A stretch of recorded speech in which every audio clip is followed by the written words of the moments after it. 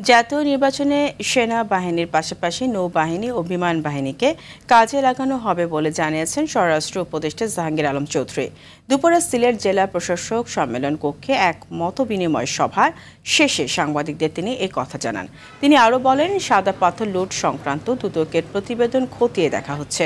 প্রতিবেদন সত্য হলে দায়ীদের বিরুদ্ধে ব্যবস্থা নেওয়া হবে, আর অসত্য হলে দুদকের সংশ্লিষ্টদের বিরুদ্ধেও আইনগত ব্যবস্থা নেওয়া হবে। গণ অধিকার পরিষদের সভাপতি নুরুল হক নূরের উপর হামলার ঘটনা দুর্ভাগ্যজনক বলেও মন্তব্য করেন স্বরাষ্ট্র উপদেষ্টা। সেনাবাহিনী তো মোবাইলে থাকবে, তারপর আপনার বিজিবি, কি বলে র্যাব, এবিবিএন, তারপরে আপনার কোস্টগার্ড, এরা তো সবাই থাকবে।